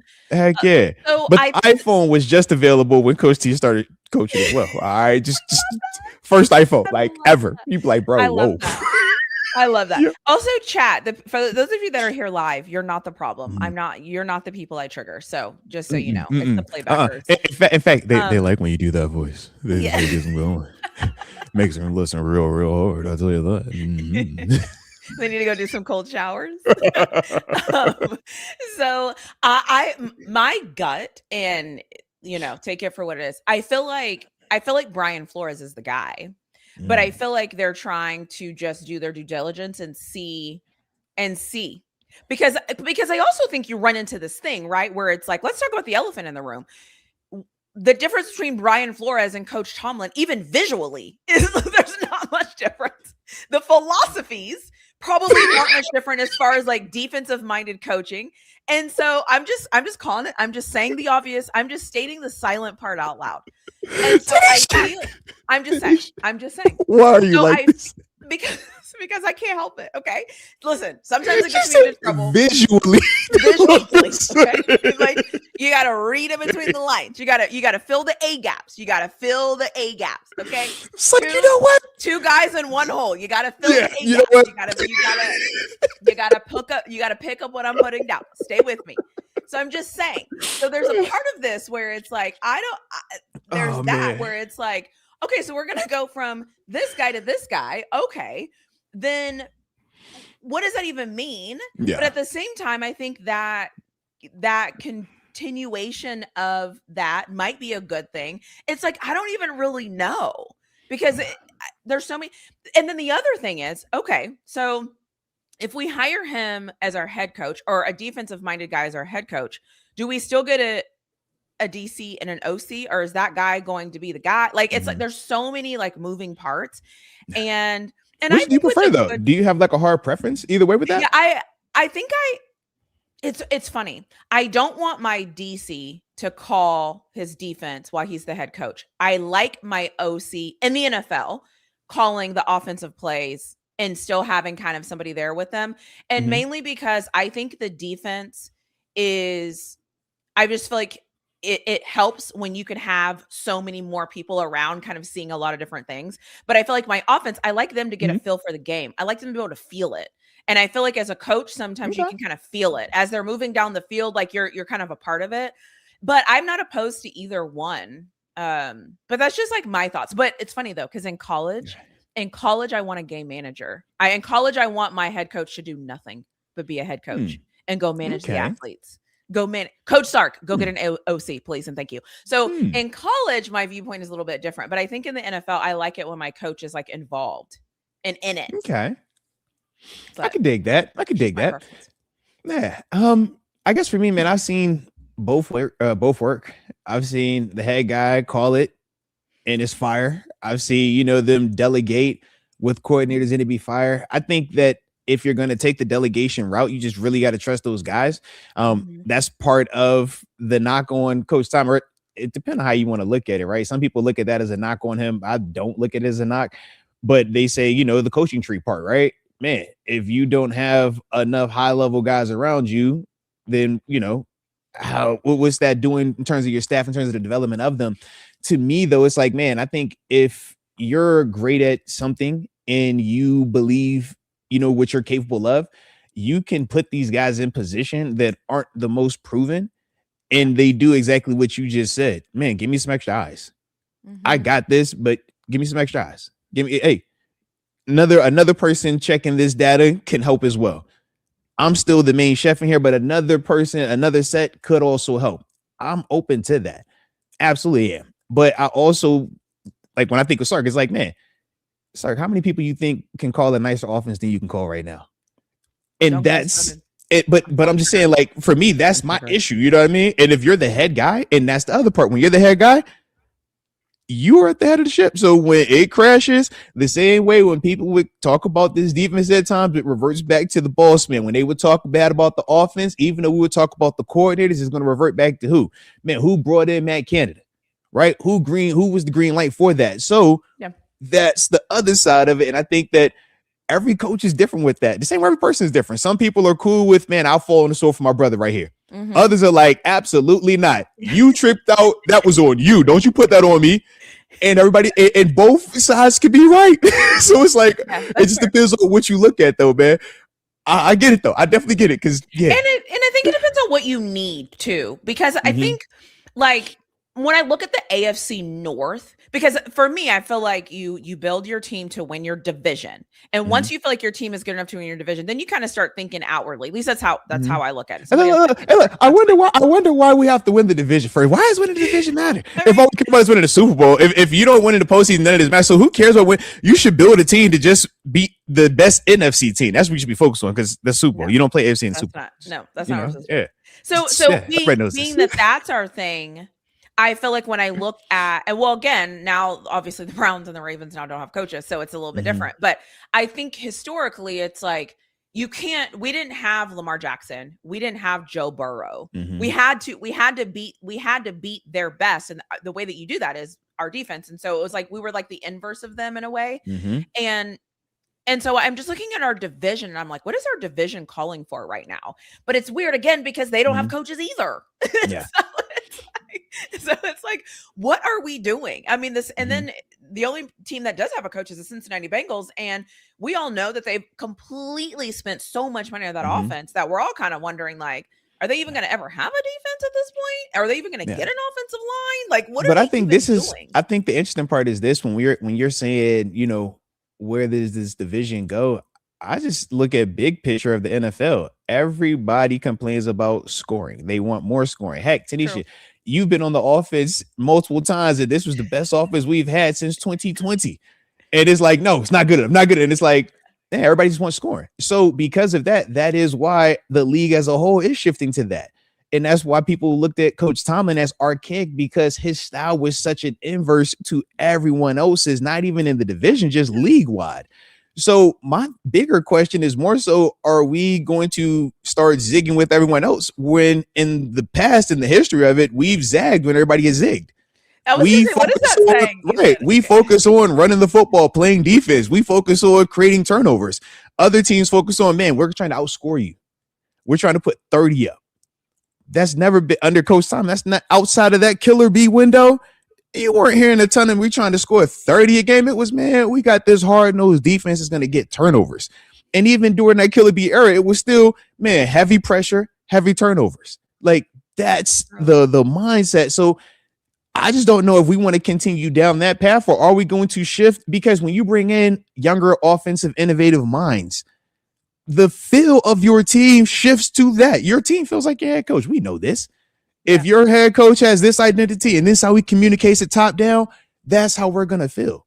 So are we open to that feel as Pittsburgh people? You know, I think those are real questions. Like, hey, I don't think we know. Man, this is exciting though. Yeah, no, I don't think we know. I think that's $1 million question. And I think that's why I'm just kind of like, I am more fascinated the way that I look at life, actually. I always tell people, I say certain things and I do certain things because I want to hear how people think. I don't care if you agree with me. It doesn't matter to me. But I want to hear how you think and how you get to your solution so that I can at least say, okay, I understood that thought process. That made sense to me. I don't agree with you, but I understood how you got there. This hire is going to help me understand what the Rooneys are thinking. And I want that because I want to know where they see this, where they want to see this go, because who they decide to hire is going to tell us how they see this going. And so for me, what do I want? I mean, sure, give me an offensive guy so I don't complain about the offense. But does that mean every week I come up and complain about the defense, right? Like, what is that the trade-off? I don't really know. So that's why I don't really have a preference. I just want them to win football games. I'm team Steelers. So whatever that looks like, I'm a team. If you go get me a special teams guy, don't do this, but whatever. If you go get me a special teams guy and it just comes out that he's just fantastic and he hires well. I mean, because look at. Then you be John Harbaugh. That's what we calling you. You turn it That's to what him. I'm saying. So it's just kind of like, for me, this says more about how the Rooneys see the Steelers, the path they want to take, because what I do know about them, they're not hiring somebody because they want him to be here for a few years. They are hiring somebody they want to invest in and they want to trust and they want to respect and they want that guy to build. I want to know what type of guy is that for them. What does that look like? Because they didn't reach out to me to have an interview. So it's going to be a guy. So that could come on, Steelers legend. Where's my like, you're supposed to be like making inroads for me, being like, no. That knows a girl. Listen, TaNeisha. When my guy walked away, I walked away with them 193 wins. You feel me? Because that was the thing. I just kept laughing at it. It was like, man, this is the most patient job. Oh man, there's no pressure. I'm like, you do realize this man accumulated 193 wins, a Super Bowl, multiple postseason victories, 8 AFC North titles during this process. It's like, bro. That is so even when I hear you say like, man, I just want to win there, I'll be over here triggered because not you, but when people act like I'm like, bro, show me 193 wins in the past 19 years at any of these other organizations with one single man, all right? And then we can start the conversation, all right? But just So whoever can get me close to like getting down that path, I'm all for it. But I don't have the biggest, level of optimism that is going to occur because that is rare. It's like, that is the dude's averaging 10 wins a season. It's like I get the whole never below 500. They make it like it's 8-8 for 20 years. It's like, bro, the dude was winning 10 plus. Like, that's a lot of games to win. That's a lot of winning, man. Well, so good luck. But I think the problem is that people get so bored with success.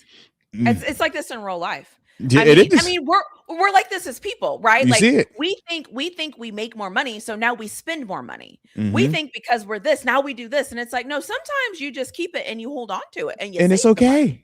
And you build your account and you have money on reserves, and you just, but like people don't live like that. You know, it's like, I have this, now I need this. It's like you don't always have to be in a growth mindset. There's a time and there's a place. And sometimes consistency wins the day, but not a lot of people think like that because they want the next thing and the next thing. And it's like, sometimes you just got to sit in it and be happy. It's the goal rush, man. Yeah. So, and it's tricky. And again, I get it. I get like that sometimes. Listen, I've gotten plenty of bonuses before, and I'm like, you know what? Screw those goals. Like, let me just like, I get it. But at the same time, y'all heard that flex right there because she a doctor. Plenty of bonuses. Do we want to? I know you're not. I know you don't. All right, chill. I'm with you. Don't do that. I'm with you. I'm with you. Steelers legend. All right, Steelers legend. I'm with you. I can barely see your face where your necklace is. Filter. It's the filter. It's the filter. Yeah. Look at that necklace. What is that? What is that? It's the app. It's the app. It's whatever this app is. It just show us. It's just the app, man. I don't know. You talk about your necklace. All right. I don't know what you're talking about, man. We're just here. Okay, guys. Are we finished? Are you finished? Or are you done? Are you finished? I do remember one time on the show you told a story about your rookie season. Was it your rookie season when you said the jeweler was there? Are you done? And you were anxious. What was that story you told on live? I don't even remember. I can't even remember anymore. Now that you talk about, I don't remember. Or the jeweler, the team. I don't even remember anything that you're talking about. Okay, that was I mean, you have pendants. I mean, have you? I have pendants. Are you done? Why are you being like this? Don't be like this. And then he got his glasses on today. Look. I was trying to twin like you because you got a necklace and you got your glasses on, you got your earrings in. So I was trying to twin like you. That's because you don't have the filter that I have. Okay. I found it on YouTube and it was like, make it shiny. All right. And it was like this cool little QR, HTTP. And then it was like, all right, it popped up. All right. So that's why it rotates on occasion. Okay. Keep shining, Steelers legend. Keep shining. Sounds good. I'll be lowercase legend then, okay? If I'll be legend, just lowercase my legend then, all right? Yeah, capitalize everybody. You don't know why I'm talking like this, then you missed the introduction. Oh, they weren't here for the intro. You miss it. This is how the Steelers legend talked to us at the beginning of the show on the sponsor. Shout out to DraftKings because that is why I will now talk like this. And maybe that way too, people will be like, "Can you guys stop laughing? Can you guys stop laughing? Y'all laugh too much. Y'all are having way too much fun. What's going on here, guys?" Right. Something has to be going on because they're laughing way too much. Like, y'all have way too much fun. Way too much fun. Like, stop having fun. Okay. This man has on glasses. His neck is shiny. Come on, brighter than my entire block. Okay. He's a Steelers legend. Okay. He played in the NFL. 16.5 sacks. This is the time in the show where I have to say, if you have 0.5 sacks in the NFL ever, let me know in the comment section below. I've been looking for this person for a long time. So let me know in the comment section below if that is you. And until then, we will just watch Steelers legend Arthur Moats shining, listening. Are you Look at finished? That neck. Oh my god. Are you finished? Are you done? That neck. Look, are you done? Because we still got important stuff to talk. If you want to be a member, we can see his legs. But if you join TaNeisha's membership, you'll like it better. All right, guys. So I promise you'll like hers way more than you like mine. All right. Hey, and if you know, you know. About a week ago, okay. All right. About a week ago. Somebody 59. Fool. Somebody messaged me and was 56. Moats was right. They're like, Moats was right. Yeah. I was like, and I think I responded back. Okay, first of all, screw Moats, and second of all, leave me alone. So I actually did say that. Yeah. When I seen it, I said, hold on now. I know this face. I said, hold on. Is that a boo? Oh, 59. Boo. Oh, 58. Wow. I said, I know her. I start telling people, I know this one. I know. Watch 45. Don't miss 45, boy. 45, 37. Definitely 22. All right, 22 for sure. That is hilarious. That is funny. That's funny too. The funny thing is like there's a section of photos. I will never publicly state where it is. Yeah. There's a run of 10 photos that are like my favorites. And I lined them all up together in the countdown. And so it's so funny because every time I watch it, yeah, I know when they're coming and I'll just sit there and I'm like, I can't wait. So it's kind of like when you do your draft. Here it is. I can't lie. It's those moments where you say to yourself, oh, this is the one. Yep. So like I say, guys, don't miss her when she go live. All right, when she be dropping these lives, man, start the fit. 0, 0, 0 on the clock is my only rule. Okay, don't miss it, not a second. Okay. Thank you. Don't be saying Moats was right. Moats is right, because I will say screw Moats publicly, and I'll say it to your comment when you send it to me. Okay, so that way when you screenshot it, and if it ever goes public anywhere, everybody will go, well, she says that live, so she's saying it. She did say that. She does say this. Yes. She's very consistent with that. She's very consistent. Okay. Unfortunately, I'm the same person, no matter where I'm at. This is what you're going to get with me. So, anyway, shout out to you, Steelers legend. What else? We got? Are you finished? Okay, so the other thing that I did just start to get curious about, and I figured this would be fun because we do got some different perceptions and perspectives on this name, man. But we get it, right? Steelers need a coach, and unfortunately, we're not the only one that needs a coach, right? There happens to be this thing called supply and demand, and with some new jobs becoming open, it just had people, having a conversation about where do we rank this Steelers job opening, right? The Steelers head coaching job. Do we like that job better than a Buffalo Bills job? Do we like that job better than a Cleveland Browns job? Is this job better than the Arizona Cardinals job, right? And it could be in however way we want to view it, whether we're talking from a pressure standpoint, whether we're talking from a roster standpoint, the ability to grow standpoint. Maybe you feel like, man, the organization having more stability is better than an organization having a 2-time MVP, right? All these different things, but however you view it, just want to have that conversation, man, because I know how I see it as, the former player. And when I look at certain things, it's like, man, that's appealing. That's not appealing. This could really work. That could not work. But I know my mindset is going to be a little bit different than maybe yours. So I figure, we can have that convo if that's all right with you. Okay. I love it. Well, listen, Steelers legend, that is totally fine with me. So it's interesting to me because Josh Allen himself is appealing. Period. Full stop. He's appealing. I don't care what anybody has to say. He's appealing. I don't know if that division is appealing. And I'm only saying that because you have the Patriots, you have the Jets, you have the Dolphins.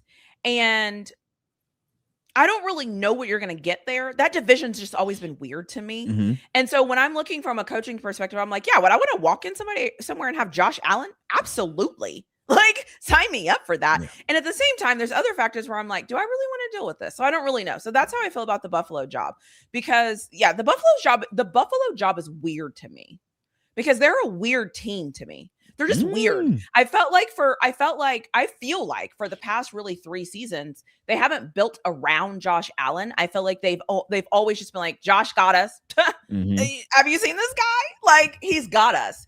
And because I make a joke and I'm like, if you take Josh Allen and plug him on the Steelers, problem solved. But I don't think that the Bills have built around him properly. And so for me, it's kind of like, but I don't know. Is that an ownership problem? Was that the coach? I don't really know. So that's why for me, I'm like, I don't know what to do with the Bills job. Let me just say that. I just don't know what to do with this. I think I would love to play with that guy, but I just don't know what that is. So it's kind of weird to me.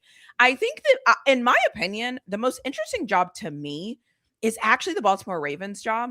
And I think it's because I think that they have drafted very well.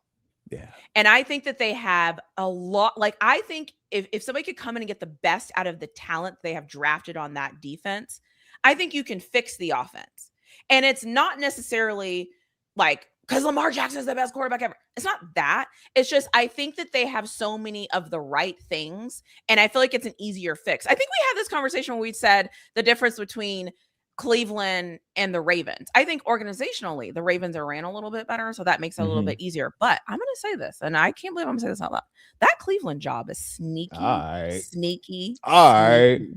sneaky. Like, if you were to like pin me down and say, no, you have to pick a job right now, I would whisper, give me the Cleveland Browns job right now. Give it to me. Like, give me that job right now. Right now. Defense, solid. You have draft picks. You have money. All you need is a quarterback. You can see if Shador can figure out some things. You can, if Deshaun Watson, I don't even know what he's doing, but if you just need to write that off, let's just buy him another year. Whatever, cool. Give me the Cleveland Browns job right now. Hey, what about Dylan Gabriel? He don't get no love. No, I'm Dylan good. Gabriel too. No, I'm good. Give me the Cleveland Browns job. That is my unpopular, probably opinion right now. And I know coaches are passing off on that job and they're kind of like, I don't want to go there. I don't want to go there. It's because the way the organization is ran. I think that job is a really good job. And I hope that a good coach doesn't get that job. I can dig that. The other ones, I'm just kind of like, So that's how I feel. I can dig that. Trust me. I'm in a similar space. I actually prefer the Bills job a little bit more just because I look at the roster and I say, you are a wide receiver. You need a wide receiver. That changes that dynamic a lot because you still feel good about a lot of the young core pieces on defense. So as long as you got your quarterback, which we know at this level, man, the quarterback matters the most. Unless you're a savant, you got to have the quarterback. So I look at that and it's appealing. I look at Baltimore, I'm like, God dang, that's appealing too. But with Baltimore, I am a little bit uneasy though, because just like, man, is Lamar going to still be there? Yeah. Right. Yeah, that's true. Because that could get weird. Even listening to how the owner was speaking on this, like, all right, like that either. Yeah. So I don't want to just jump to that. And now I go into a situation where now I don't have my quarterback. That's not appealing because now we've seen how hard it is to win when you don't have the guy at quarterback. We've experienced it. We've won games and we still are like, no, it ain't enough. All right. We know what that is. So I just think that that's a tough ask when you're new to the scene as well. Whereas when you look at Buffalo, Josh is going to be there. You feel confident in that. You feel confident you should be able to get a wide receiver. I don't care if your first 3 draft picks, it's like, bro, you're getting wide receivers. Like that can't continue to be an issue, which has been. Sound like we're talking about the Steelers at sometimes. It's like, hey, bro, are we still talking about wide receiver, man? Yeah, I still don't get that one. But I look at that part. Now, the Cleveland job is nice. When you talk about that young core, that defense, even the pay structure, I feel great with Myles Garrett in terms of his production. It's not like when we're talking about even with my dog TJ, right? And I love TJ. I love how he plays. But we know this year was a down year for him. So if you're a new coach coming in, the conversation is going to be, do you believe TJ Watt gets back to form or do you move on from TJ Watt? Right? Yep. Whereas with Myles Garrett, that's not the conversation. You're going to be walking into a room saying, this is the reigning defensive player of the year 2 times now. Way different feel. And I also look at the pressure of, man, exactly. If you come to Pittsburgh, you have to win within the first 3 years. If you're in Baltimore, the first 3 years, heck, maybe the first 2 years, Buffalo, it's like, man, the past 5 playoff exits have come down to 1 play drop here, questionable call here, wide right field goal here, 13 seconds here, and we're going to point to Mahomes for 3 of them.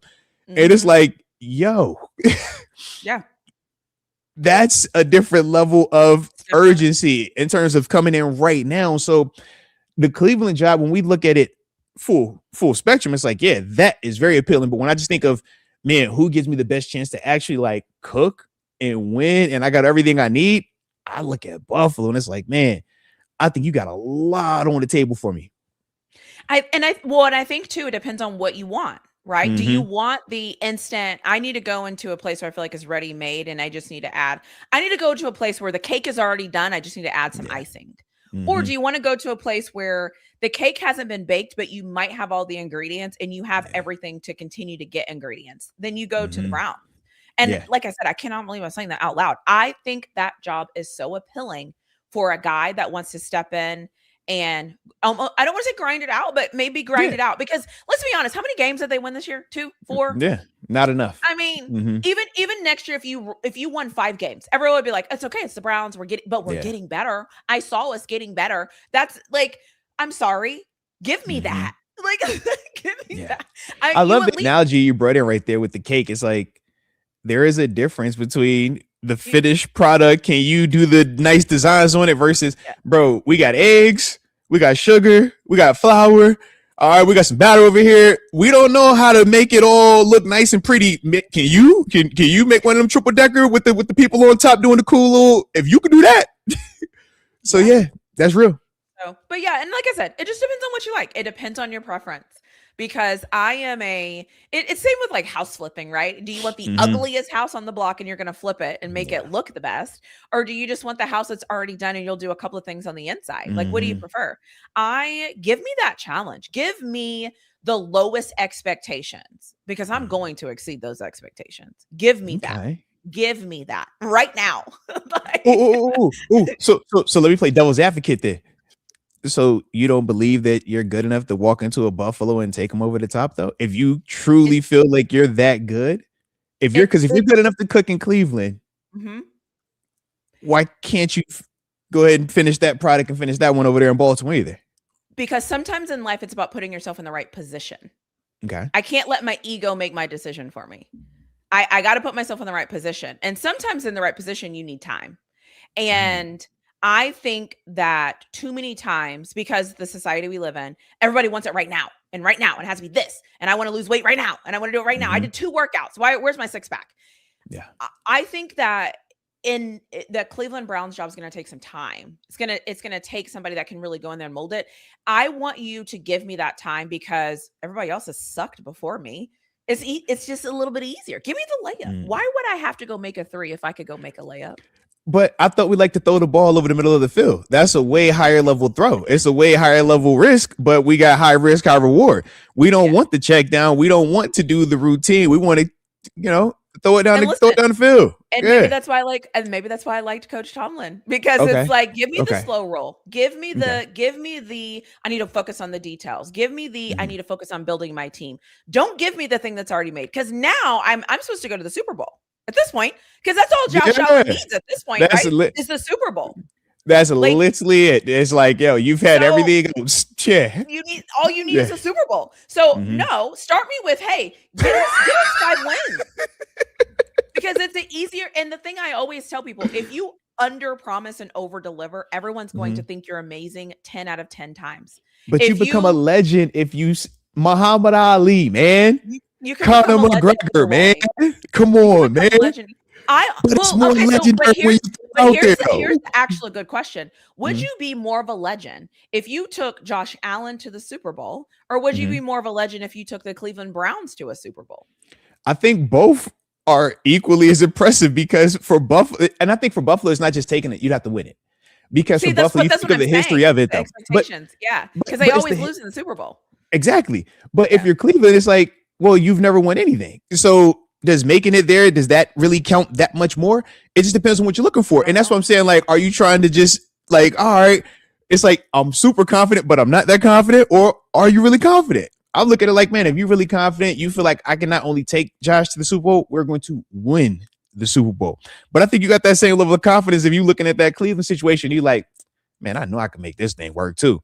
But I do agree, though, with what you're saying in terms of the timetable of it. If you are a person that, and I mean, it's a big picture convo, right? When we're talking about just how intentional you want to be versus how quickly we can escalate this thing, right? Because both sides do have a merit. Both sides do have a valid point in this thing where, yes, being intentional, being meticulous, taking our time and looking over every single detail to get this thing exactly how we want it. So we know every intimate thing that we need to know about it. And that's the whole Coach Tomlin mindset, right? So I got the pulse on every single person, anything I need to motivate this, that I'm going to get the most out of this grape, right?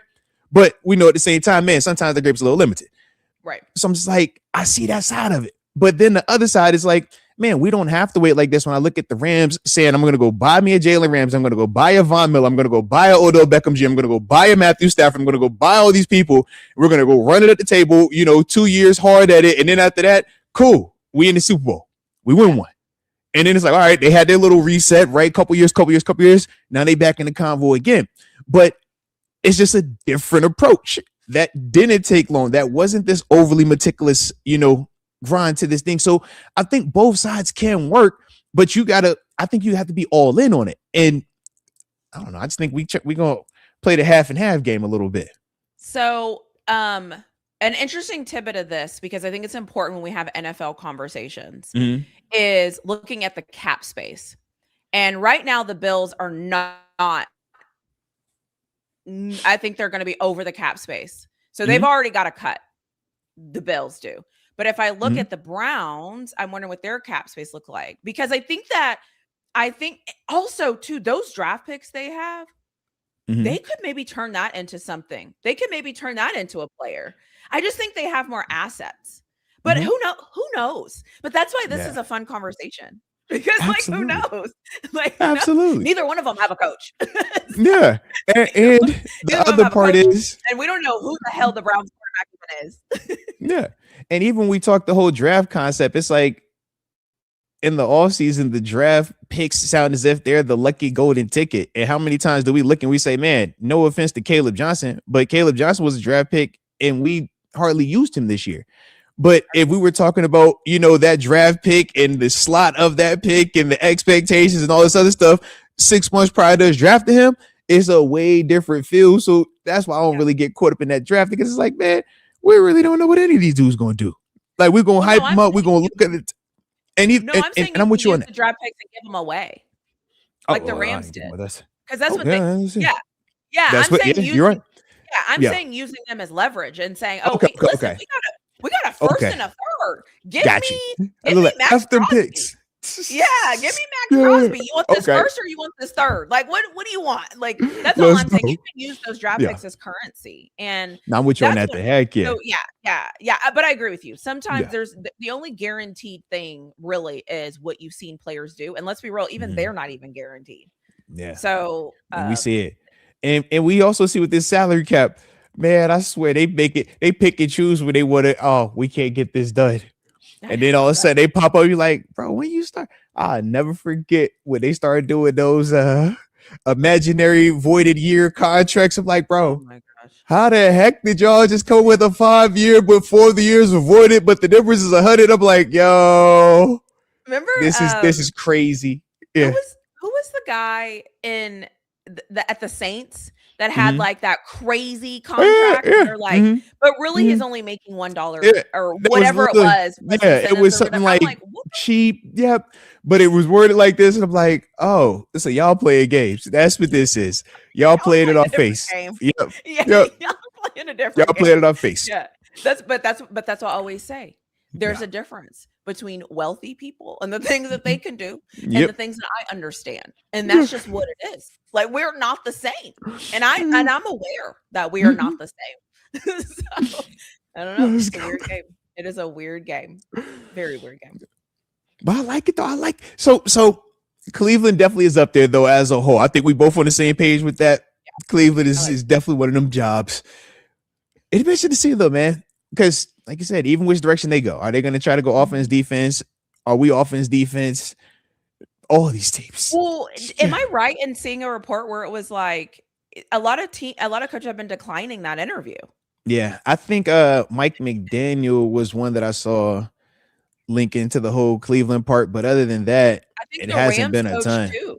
Yeah, the Rams coach. The Rams coach declined it.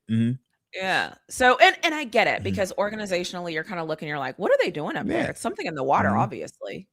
Well, and if you don't trust your owner or ownership, then there's always going to be an issue there because you got to be on the same page. If your owner is on a 2-year time frame and you're on a 5-year time frame, we're not working the same, right? Or if the owner is expecting this style of play, but you're giving them this style, that's not going to work. And if that's the guy that ultimately signs the check, you want to be in lockstep with that gentleman more so than anybody else.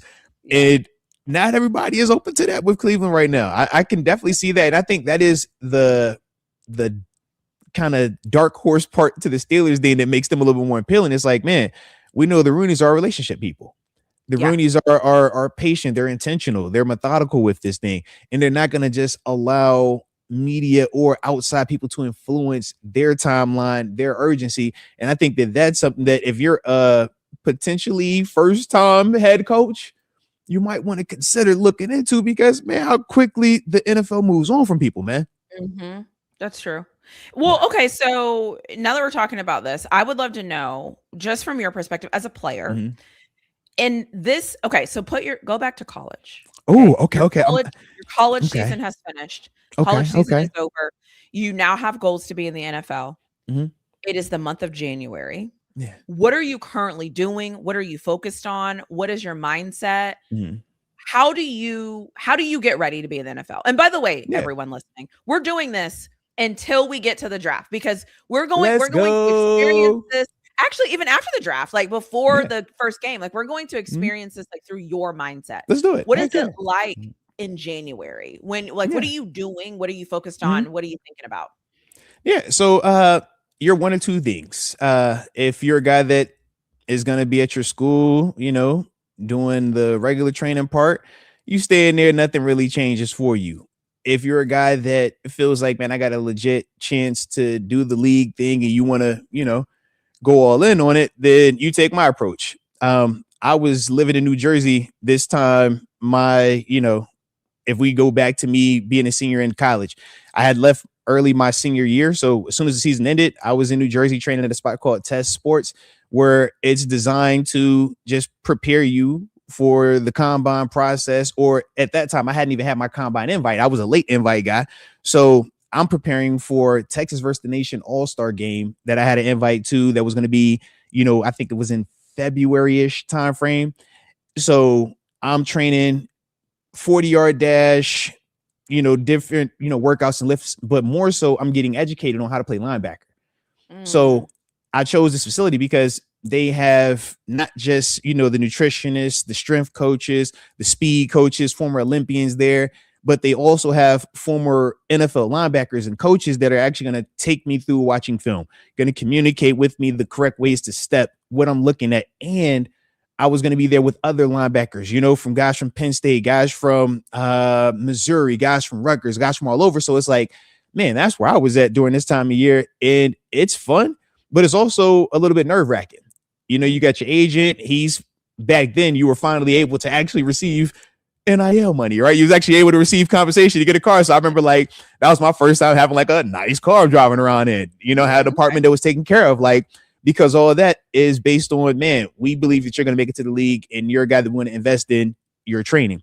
So that's what I did literally all of January, all of February, up until the combine. Yeah, when the combine happened, that was, when I actually got to go back home. Prior to that, though, you're at a training facility, and that's going to be any of these kids that are taking it serious. They're going to be in a Jersey, a Florida, a Texas, a California. It's a spot, I want to say, in Vegas. We all got these main hot spots, these hubs for pre-draft training that everybody goes to.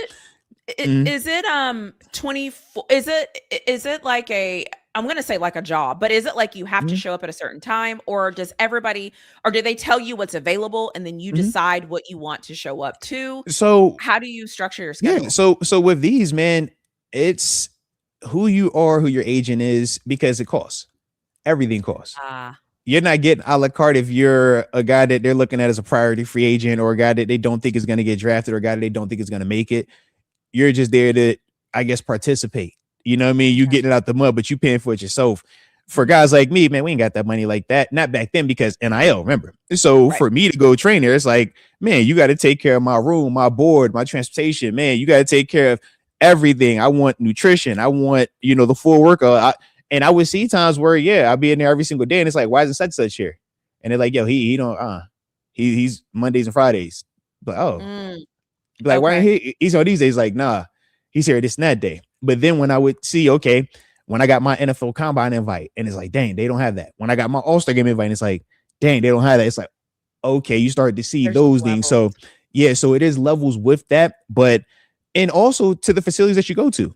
It's like, man, I went to the spot in Jersey and it's like I said, one of the top spots, but shoot, you go to a spot in Texas, it's like, man, that's gonna be another 30 grand on top of that I'm already over here. And it's like, Right. but you might be down there with Michael Johnson, right? Mhm, I'm up here with Auto Bolton. Shout out to Auto, you know what I mean? But it's like Michael Johnson, you know what I mean? Right. No, that's fair. You get what I'm saying? So it's like, Yeah. so in that space, that's part of what comes with it. But your agent, and this is the relationship that you have to have with your agent, and it is scary because you're trying to trust the person that you just met literally a month ago when you were speed dating 30, 40 other agents telling you that, yeah, you're going top fish, you're going this, I can get you this. And it's like, So it feels chaotic, but at the same time, it is super fun because it is literally a job now. All you do is wake up and I'm preparing for football.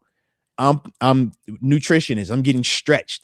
Man, we're watching film. Oh man, all right, I got to go do, the sauna. Okay, I got to go this. Oh, now we're going to go work and do field drills. It's like not going to class anymore. That felt weird, but it felt cool. And it really did prepare me for when I got to OTAs, right? Because you fast forward 5-6 months later in May, you're at your facility. You're in those rooms. You're going through that say, and literally my schedule.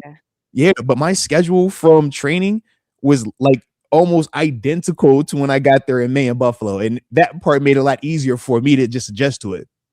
That's fair. Listen, I Josiah Williams just said it, but like you had me at I'm getting stretched because like, and I'm not even saying this on no like whatever. Like one of the things that professional athletes get that I don't think anybody realizes how amazing it is. And I know it's going to sound all kinds of crazy because I'm saying it. I'm a woman. How dare I? Having somebody that knows what they're doing that can actually stretch out your body though and get you ready to perform and play your sport and the agility and even if you just go to an NFL game and you just watch how there's like a person that is there that is rotating their hips and pulling them and moving them and taking the bands and stretching them out. Like there is nothing better than that. I messed up one time. I got a sports massage. It's real. I was like, oh my God. It's real, bro. Like, I'm telling you. Somebody told me. Oh my, if you've never gotten a sports massage, I'm telling you, once you do, you will hear me say this again and you'll be like, nah, she was right. They need to stretch me out. Like that's one of the things that I will say, like, I enjoyed the most when I got from JMU and I got pro, and it was like, oh, these are like the resources that really come with this thing. This is how you're supposed to feel. I was just like, oh my God, like I will never forget some of those first times having somebody stretch, like you said, because you can stretch yourself. It is way different. You get off that thing, you like, bro, who want what? I'm Gumby. My favorite is the one where they like can take your leg and almost push your hip in so that you're actually stretching what you're supposed to stretch. Yes. And it's like, you can't do that on your own. You can't hold your hip and lift your leg. It just can't happen. Yeah. And so having somebody else physically stretch you, I'm sorry, nothing beats it. I don't care what anybody has to say about anything. I'm being dead serious right now. Hey, yes, the conversation sounds wild as heck. Okay, we get it. It does sound wild, but we don't mean for it. sure. But for sure, we strongly recommend it. Okay, stretching and getting massages. I swear by, man. I swear. Yeah, like that part of training, I did enjoy, man. Yeah, but and I think it's a testament to how much the body needs because that like, and if you go to any pro sporting event in any way, shape, or form, you're going to see it. Guys are literally, they're going to stretch themselves. And then there's always somebody usually kind of walking around kind of being, oh, you want me to do that thing? Okay. You want me to, okay. You like injuries matter. Like, but when we think about it, like when people talk about professional athletes' bodies, it's no different than a high level Ferrari, Lamborghini, whatever on a racetrack though. It's like, man, that car isn't just going out there 0 to 100 with no warm up, no, hey, get the tires hot, man, and let the engine run for a little bit. It's like, it's the same thing with the athletes. So that's why, and you see, man, when guys don't do it and the injuries happen and that guy pulls up and why it takes so long for them to recover. Correct. Yeah. And once you start getting those injuries, now you start to lose some of that elasticity. And that's why when you come back, you're not as fast, you're not as agile. And if you don't focus on your stretching again, now which was 100% mobility. Now it's 90%. Then you get injured again, 80%, and so forth and so forth. While you still got younger dudes coming in who are bigger, stronger, faster, and that's the name of the game. But that's why we say you can't cheat it. You can't cheat it. I mean, you hear it. James Harrison put me onto it. Right before we heard about LeBron spending how much he spends, James Harrison was my guy that I remember watching, and they said he spends $300,000 in resources for his body. And then I get to Pittsburgh, and I'm like, bro, what are you spending it on though? And then I look, and it's like, oh, so you got the acupuncture, oh, you got the masseuse, oh, you got the car, oh, so you got a whole staff of just medical, got you. So then you figure out your own. It's like, okay, well, this is an investment. I get you, but because it's going to help you play longer. Otherwise, by year 4, your body's breaking down, man. Yeah. Like it hurts. It does hurt. And it's funny. I tore up my knee. And I played volleyball, whatever, but I tore up my knee after college, and I was a grown woman, and I went to a physical therapist because it was like, I need to get my full range of motion back. And she was so tough on me. She was so hard. Like I could not stand her. But the way that she trained, she was very hard on you for the hour, for 50 minutes. But the last 10, she stretched you.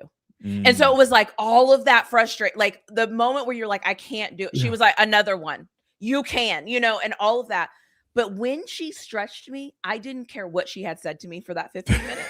We're because good. I was like, okay. We're good. I mean, and she would just get in there, and it was my knee. So she was rolling out my calves, and she was rubbing my Achilles.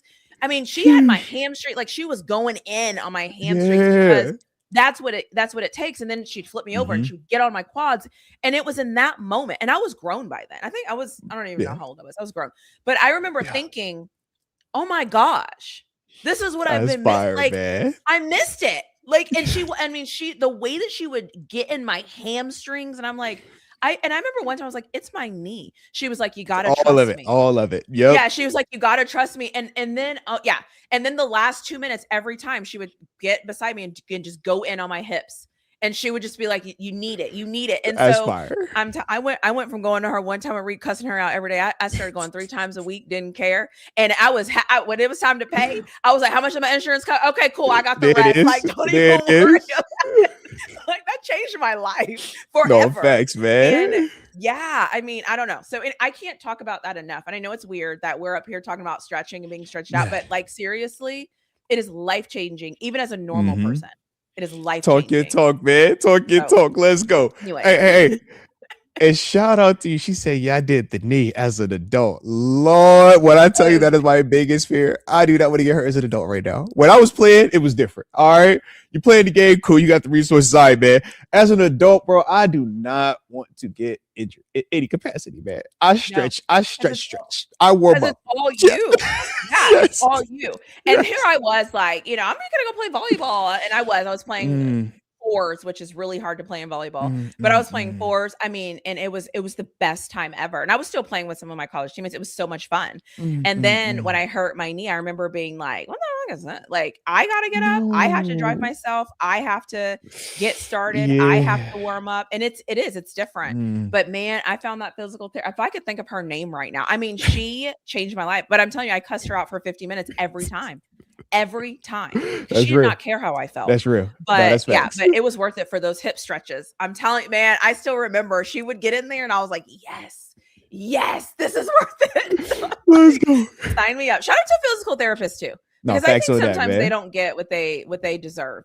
Physical therapists can change your life. They can change your body. They can change how you feel. Shout out to them. Even the hard ones, even the tough ones. I respect them all the same. Shout out. Let's go. And you have you over here them just like, I don't want to ever have to see another one. Me, if I don't have to see another one, it's a great day. All right. Yeah, I don't either. Yeah. But if you have to, get in there and make it happen. Because and let them go in. Oh, got the hamstring. Even saying that, my hamstrings I can feel them loosening. The way, because when you hurt yourself on one side of your body, you start to count on the other side. And so you become imbalanced. And so she was rubbing out, I hurt my left leg. She was rubbing out my right leg. And it just changed my whole life because I'm like, this was hurting. It was hurting. Everything was hurting. And she was like, it's because you're like trying not to hurt the side that's already hurt.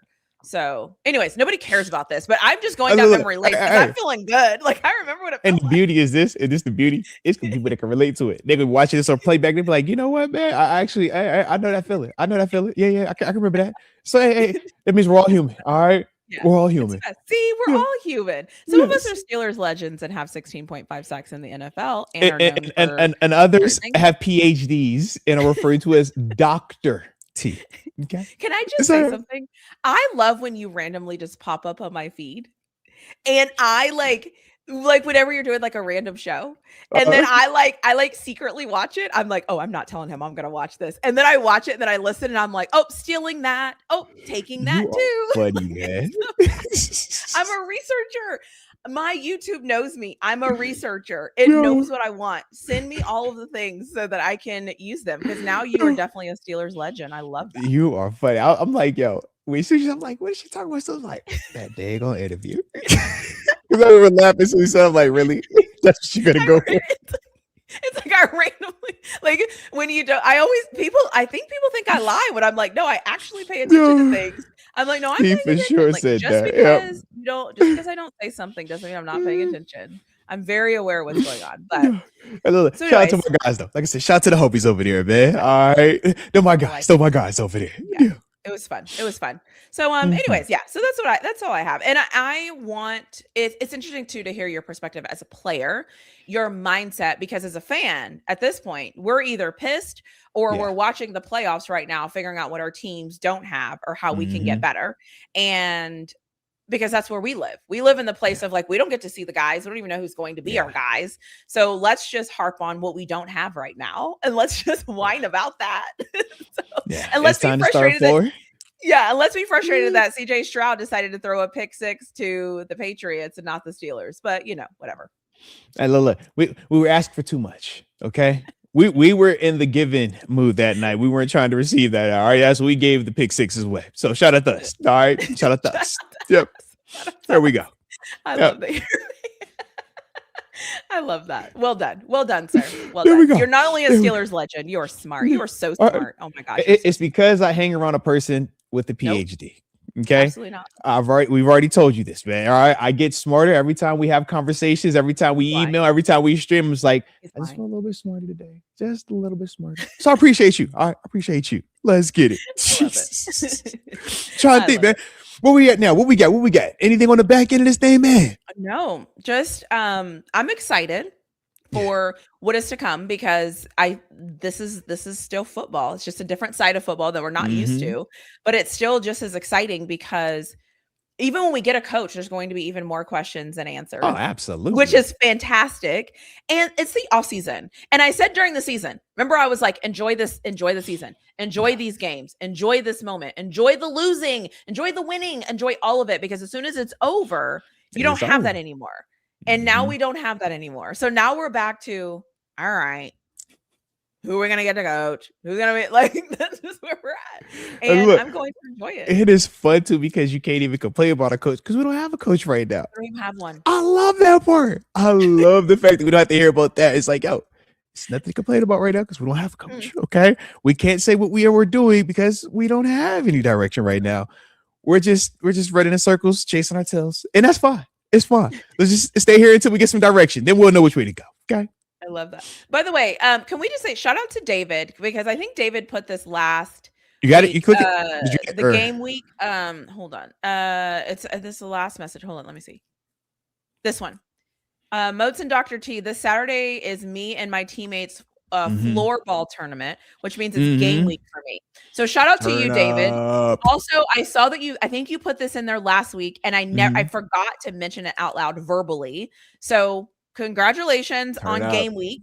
And I hope that you win. Okay. We need a win right now. All right, David. So it's on you to get us that win. Okay. And how, before we get up out of here, how can he get us the win? Where's the sticky note? What does he need to do? What are the things? Oh gosh, the sticky. You know what you need. Tell him what he needs. You need to be consistent. Okay. You need to be competitive. You need to make sure that you headboard them. There it is.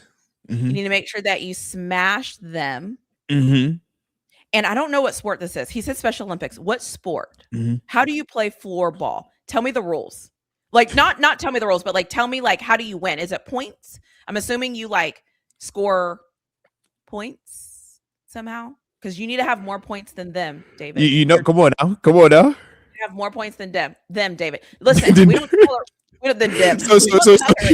So floorball is a fast-paced indoor team sport similar to hockey, but played on a hard court with lightweight sticks and a perforated plastic ball, featuring 5 players and a goalie per side, emphasizing skill, strategy, and teamwork with minimum equipment, making it accessible and popular globally.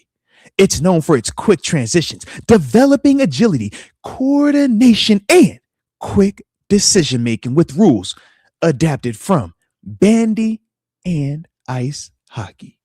Floorball. Ooh, I love that. David. It is. Okay. Consistent. Okay. Competitive. Smash them.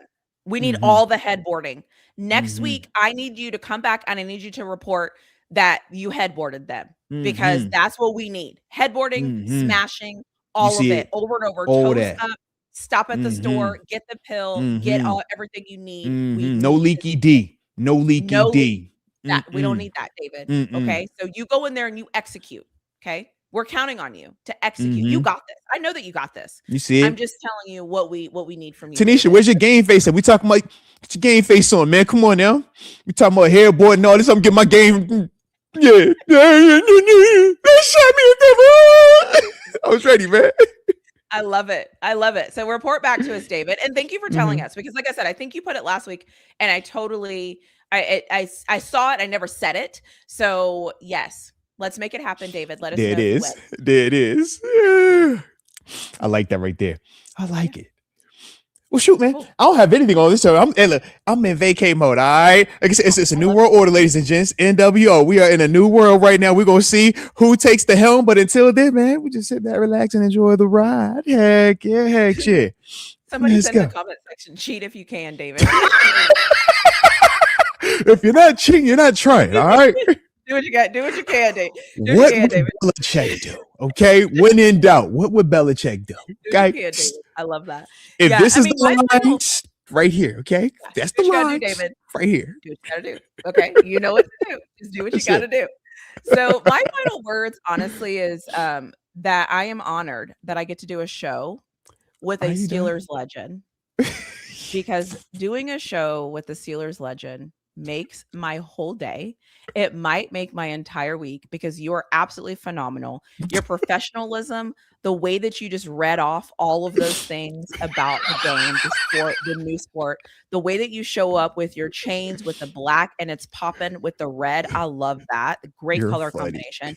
The glasses really set off the outfit. I really feel like every time we do this Steelers legend, I get so much better and so much improved that I need to step my own game up because you are fantastic. You are absolutely fantastic. So my closing thoughts are shout out to you and your fantasticness, and shout out to every single thing that you bring to the table because you just set it off. Without you, there is no show. Without you, you would not be here. You are fantastic and phenomenal. So thank you so much. I'm glad that those are your final words, doctor. Okay. I really appreciate that, doctor. Okay. Dr. TaNeisha, Mrs. PhD. Okay. I appreciate all of those encouraging, inspiring words from you, doctor. Okay. Because we will all agree with this one thing.